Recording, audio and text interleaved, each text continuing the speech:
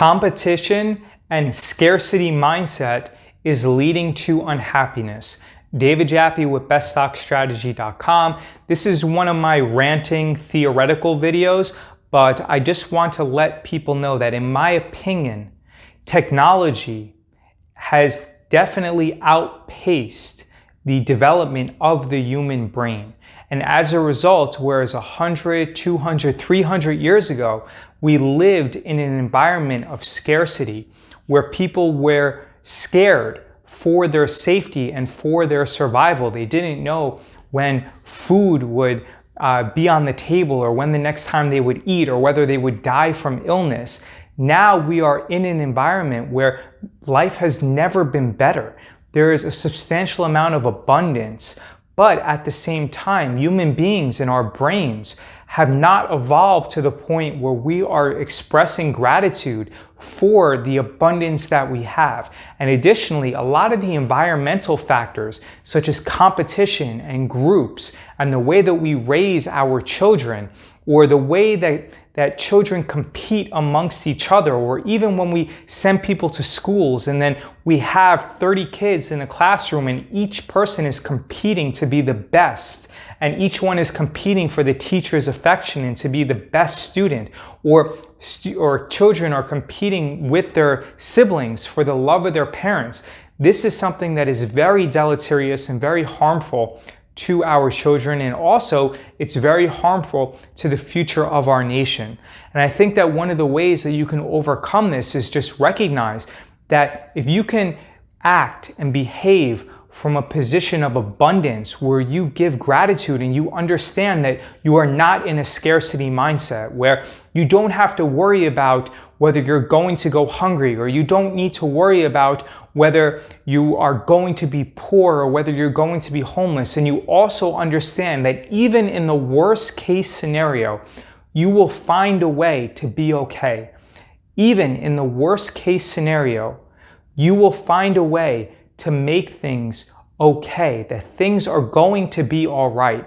I think that this is extremely important because you don't have to always protect your ego. You don't always have to compete and be the best, because oftentimes that person that you look upon on Instagram that has 10 million followers, they might have 1 million likes on their photo, and you might post a photo, compare yourself against that person, and you might only get 100 likes on your photo. But the reality is that you don't know the pressure that that person who has 1 million followers or 10 million followers is under. They might be addicted to codeine. They might be addicted to opioids. They might engage in, they might be a drug addict, or they might be an escort for expensive guys or for rich guys who want to take them out on their cruises and they want to fly them to Ibiza. The reality is that you do not know how people spend their time. And it's always best to focus on optimizing your habits and looking inward and not comparing yourself against other people. At the same time, I believe it's really important to foster relationships, especially for our children. When your children go to school with people, they are spending an enormous amount of time with other people in their age cohort. In an ideal situation, your children would be able to have these 30 or 40 kids that they are close with as they are growing up, help them throughout life. But what oftentimes happens is that these people compete. I remember even when I was in high school, I always wanted to be the best. I wanted to get the best grades. And there was this guy, his name was Arby Zadorian. I think now he works at Capital IQ. I went to Cornell with him as well. He was in electrical engineering. He was brilliant. Even by Cornell standards, he was probably smarter than like 85% of the engineers. And I came from a really small town in upstate New York.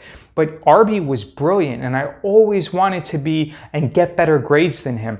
I remember where I had better SAT scores than him, and I was concerned that he was going to get a higher SAT score than me because he didn't study and I studied tremendously for the SATs, and I got better scores than him by only around 10 or 20 points. And I knew that he was capable of getting better scores than me. And I knew that he also wanted to go to Cornell, and I told him, hey, Arby, don't even bother taking the SAT again because you already got like a 1470 on your score. So what does it matter if you get like a 1520? It just doesn't really matter. So I encouraged him not to, only because I wanted to protect my ego, to validate to myself that I could beat him at something. And this was incredibly immature. This was incredibly stupid, because instead of competing with a lot of my friends in high school, I could have been able to foster, since I had the time, I could have been able to foster more substantial relationships and have these people be friends for life, where I would do things for them, they would do things for me, and in general, that would lead to a much more productive and much more fulfilling life. The other thing, and this doesn't really dovetail, or this doesn't necessarily tie into anything that I discussed earlier, but I definitely believe that head injuries, especially in our children, is something that is not discussed enough. I think that whether it's football, contact sports like soccer, or even just babies falling and hitting their heads, I think that this plays a very instrumental part in the future success of people being able to regulate their emotions and also being able to be successful later in life. And I believe that parents do not take it seriously enough when their child hits their heads, or more importantly, I believe that parents need to take more precautionary steps in helping children avoid bumping and hitting their head, because the brain only has a limited ability to recover from brain injuries. And a lot of people, even if you have a head injury, you can take high-dose krill oil, you can take choline, you can do an infrared sauna, you can take rhodiola. There's essential oils like rosemary that also helps. But the fact is that a lot of people are not equipped with this knowledge, and they feel that these type of things are just a part of growing up. But I'm telling you that if society is going to progress, then there are certain things that we have to do. If I have to list them from order of importance, it's to not compete with others and to develop an abundance mindset instead of a scarcity mindset. And then the second thing is to develop positive habits, and that also includes preventing head injuries. So this is just a rant. It's just a theoretical, if everything, it's just something to work towards. And I'm constantly trying to get better, where I'm trying to destroy my ego. I'm trying to be more non-reactive. I'm trying to understand that I am not in competition with anybody else. And if you have any questions, please leave a comment below and let me know your thoughts on whether you believe that society over the past few years has developed more of an abundance mindset, or whether we are still stuck in a scarcity mindset.